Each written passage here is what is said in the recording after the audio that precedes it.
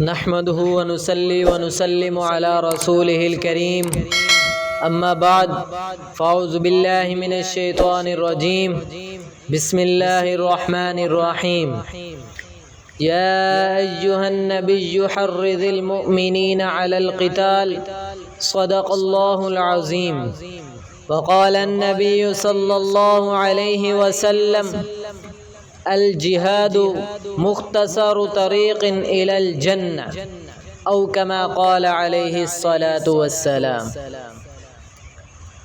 ہر سمت چلتی کرنوں نے افسوس شب غم توڑ دیا، اب جاگ اٹھے ہیں دیوانے، دنیا کو جگا کر دم لیں گے۔ ہم ایک خدا کے قائل ہیں، 15 کا ہر بت توڑ دیں گے۔ ہم حق کے نشاں ہیں، دنیا میں باطل کو مٹا کر دم لیں گے۔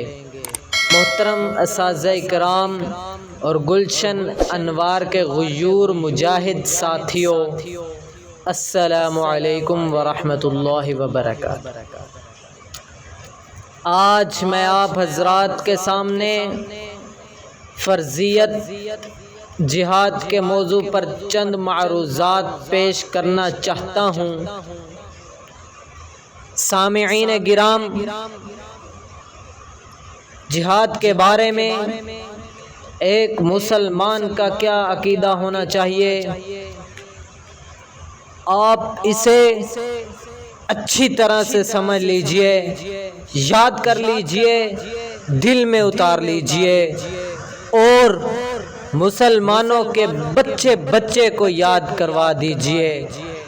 جہاد فی سبیل اللہ اسلام کے قطعی فرائض میں سے ایک فریضہ ہے، چنانچہ اس فرض کا منکر اسی طرح کافر ہے جس طرح نماز کا منکر کافر ہے۔ جہاد کے فرض عین ہونے کے بعد اسے بلا عذر چھوڑنا گناہ ہے اور اس میں فضول بحث کرنا گمراہی ہے۔ سامعین مکرم، جہاد کی فرضیت پر قرآن کریم کی ایک دو نہیں بلکہ بے شمار آیتیں زور و روشن کی طرح واضح ہیں۔ آئیے ذرا قرآن مجید سے پوچھتے ہیں، اے قرآن ذرا تم بتانا میرے رب نے جہاد کے بارے میں کیا اعلان کیا ہے؟ تو قرآن بکار اٹھتا ہے، کتب علیکم القتال وهو کرہ لکم وعسى ان تکرہوا شیئا وهو خیر لکم وعسى ان تحبوا شیئا وهو شر لکم واللہ یعلم وانتم لا تعلمون۔ اور کبھی اعلان کرتا ہے، وقاتلوہم حتی لا تکون فتنۃ ویکون الدین کلہ للہ، اور تم قتال کرتے رہو اللہ کے راستے میں حتیٰ کہ فتنے ختم ہو جائیں اور دین پورا کا پورا اللہ کا ہو کر رہ جائے۔ اور کبھی رب المجاہدین امام المجاہدین کو حکم دیتا ہے، یا ایھا النبی حرض المؤمنین علی القتال، اے نبی کریم صلی اللہ علیہ وسلم آپ مؤمنین کو جہاد کے لیے تیار کیجئے۔ اور کبھی اعلان کرتا ہے، فضل اللہ المجاہدین باموالہم وانفسہم علی القاعدین درجہ۔ حاضرین محترم، اللہ نے مسلمانوں کی عزت و مال و جان کو جہاد کے عمل کے ساتھ مقید کر دیا ہے اور ترک جہاد پر دردناک عذاب اور ذلت کے مسلط کر دیے جانے کی وعید سنائی۔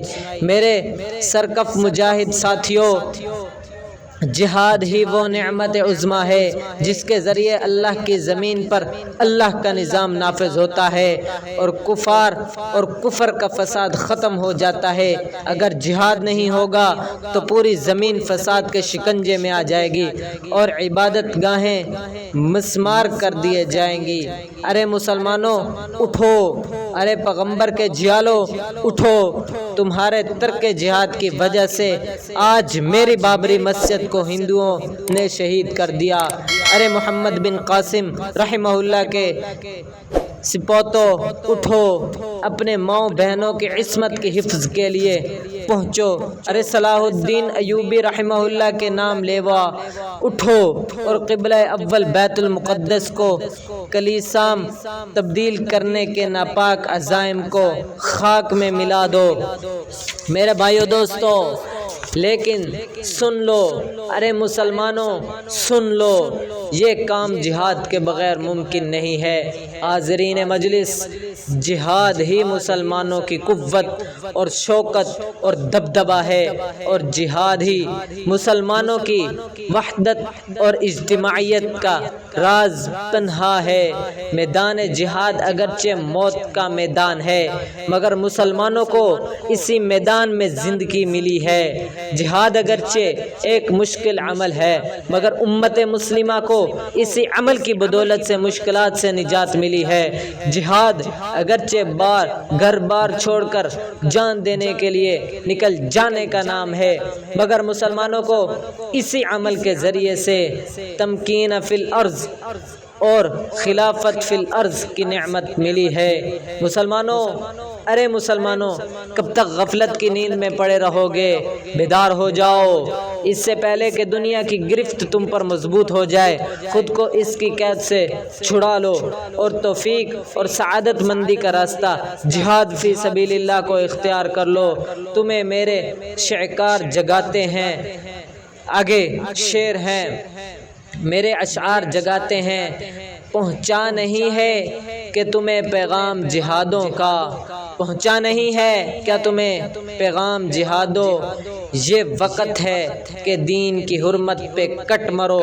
ناموس مصطفیٰ صلی اللہ علیہ وسلم کی حفاظت ہے لازمی، ناموس مصطفیٰ صلی اللہ علیہ وسلم کی حفاظت ہے لازمی۔ پروانہ وار شمع رسالت پہ کٹ مرو، شمشیر خاردار کے قبضہ کو چوم کر اسلام کی صداقت و عظمت پہ کٹ مرو۔ بیکار زندگی ہے، بیکار زندگی ہے جو ایثار بھی نہ ہو، مرد جری کے ہاتھوں میں تلوار بھی نہ ہو۔ وما علینا الا البلاغ المبین۔